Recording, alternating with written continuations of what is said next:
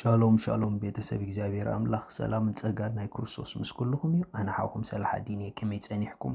ሎም እንካፈሎ ቃል ድማ ከመይ ጌርና ንብርቱዕ ማዕበላት ንሰግሮ ሪኹም ብሩኻት ኣብ ህይወት ማዕበላት ኣለው እዮም ኣብ ህይወት ፈተና ኣለው እዩ ኣብ ህይወት ሽግር ጸበባ ብዙሕ ዝተፈላለየ ዓይነት ንሓልፎም ወቅትታት ኣለው እዮም ኣምላኽ ስለዚ የለ ይኮነን ከምኡ ድኸውን ደሎ ነገር ግን ኣብዚ ምድሪ ዝክሳዕ ዘለና ብዝተፈላለየ መንገዲ ክንሓልፍ ንኽእል ኢና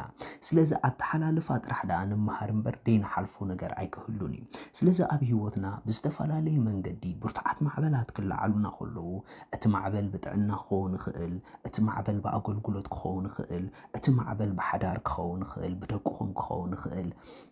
ብዝተፈላለየ መንገዲ ብጥዕናኹም ብኢኮኖሚ ብዝተፈላለየ መንገዲ ክኸውን ይኽእል እዩ ንነብሲ ወከፍ ኣብ ህይወትና ዝለዓሉ ማዕበል ከየጥሑልና ነምልጠሎም ንሓልፈሎም ጥበብ ግን ኣብ መጽሓፍ ቅዱስ ኣለና እስከ ማቴዎስ ምዕራፍ 14 ጥቕሲ 28 እንታይ ከም ዝብል ንርአዮ ከም ዝብል ተቓል ጴጥሮስ መሊሱ ጎይታይ ንስኻ እንተ ደኣ ኾንካስ ብማየማይ ናባኻ ክመጽእ ኣዝዘኒ በሎ ንሱ ኸኣ ነዓ በሎ ሽዑ ጴጥሮስ ካብ ጃልባ ወሪዱ ብማየማይ እናኸደ ናብ ኢየሱስ መጸ ብርቱዕ ንፋስ ምስ ረኣየ ግና ፈረኸ ክጥሕል ምጀመረ ድማ ጎይታይ ኣድሕነኒ ኢሉ ኣወየ ሽዑ ኢየሱስ ኢዱ ዘርጊሑ ሓዞሞ ኣታጉድል እምነት ስለምንታይ ከተወላወልካ በሎ ረእይ ብሩኻት ኣብዚ ክልተ ነገር ከርእየኩም ደልየለኹ ንጴጥሮስ ክጥሕል ዝገበሮ እንታዩ ከይጠሓለኸ መጀመርታ ብማየማይ ክኸይድ ዝገበሮኸ እንታዩ ቀፂሉ ድማ እንዳጠሓለኸ ክወፅእ ዝገበሮኸ እንታዩ ረእይ ብሩኻት ጴጥሮስ መጀመርታ ኣብ ልዕሊ ማየማይ ክኸይድ ዝገበሮ ኣብ ልዕሊ ማያት ንጎይታ ይጥምቶ ስለ ዝነበረ እዩ ንጎይታ ብኸመይ ይጠሚትዎ ካብቲ ካብ ጎይታ ዝወፀ ቃል ድሰምዖ በቲ ድሰምዖ ቃል ገይሩ ንጎይታ ይጥምት ስለ ዝነበረ ንጎይታ ክሳብ ዝጥመተ ኣብ ጎይታ ዘሎ ሓይሊ ኣብ ጎይታ ዘሎ ጸጋ ኣብ ጎይታ ዘሎ ብርትዐ ኣብ ህይወቱ ይጥቀመሉ ስለ ዝነበረ ጴጥሮስ ከም ጴጥሮስ ክረግጾም ዘይክእል ክሓልፎም ዘይክእል ጎደናታት ክሓልፍ ጀሚሩ ጴጥሮስ ከም ጴጥሮስ ኣብ ልዕሊ ማይ ክኸይድ ኣይክእልን እዩ ጴጥሮስ ኣብ ማይ ይጥሕል እዩ ጴጥሮስ ሕጂ ግን ኣብ ማይ ኣይጠሓለን ኣብ ማይ ይረግጽ እዩ ነይሩ ምኽንያቱ ንጎይታ ይጥመት ስለ ዝነበረ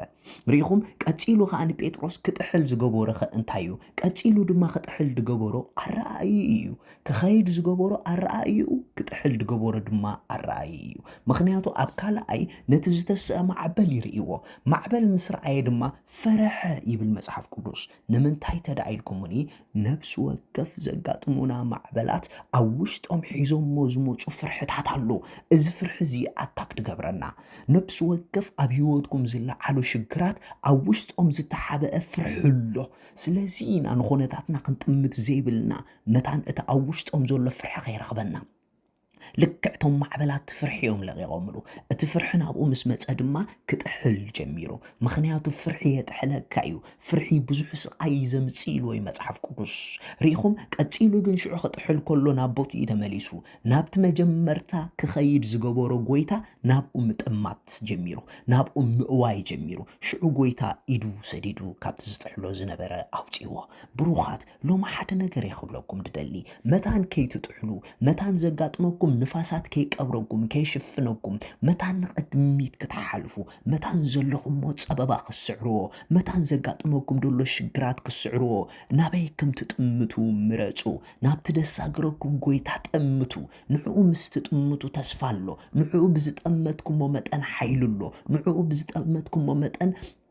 ውሽጥኹም ከኣልነት ኣምላኽ ክረክብ እዩ ነብስኹም ድማ ካብ ምሕላል ሓራኽ ትወፀልኩም እያ ዕብራውያን 12 ጥቕሲ 1 ከም ዝብል ክሳብ 3 ደሎ ምእንቲ እዚ ንሕና ድማ ብክንዲ ዝኣክል ደበና ምስክር ተኸቢብና ኮለና ንኹሉ ዝኸብደና ዝጠብቀና ሓጢኣት ንርሕቕ በቲ ኣቅድሚና ተሓንፂፁ ዘሎ መቀዳደሚ ከዓ ብትዕግስቲ ንውጌ ናብቲ ሕፍረት ንዒቑ ስለቲ ኣቅድሚኡ ዘሎ ሓጎስ ኢሉ መስቀል እተዓገሰ ኣብ የማን ኣምላኽ ድማ እተቐመጠ ጀማሪ እምነትናን ደምዳሚኣን ኢየሱስ ንጠምት ምእንቲ ከይትደኽሙ ነፍሳትኩም ድማ ከይሕለላ ካብ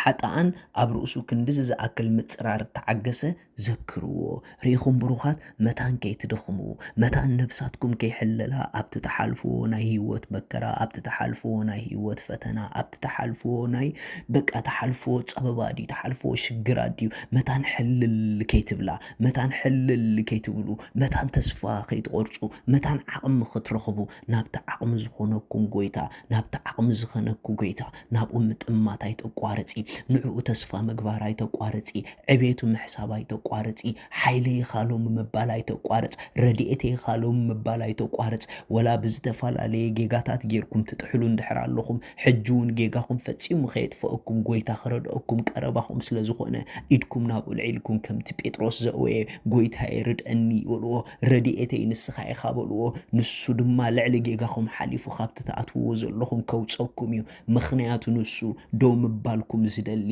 ኣፍቃሪኹም ስለ ዝኾነ ናብኡ ጠምቱ ንዝመፀ ኩሉ ማዕበላት መታን ክትሳገሩ ሻሎም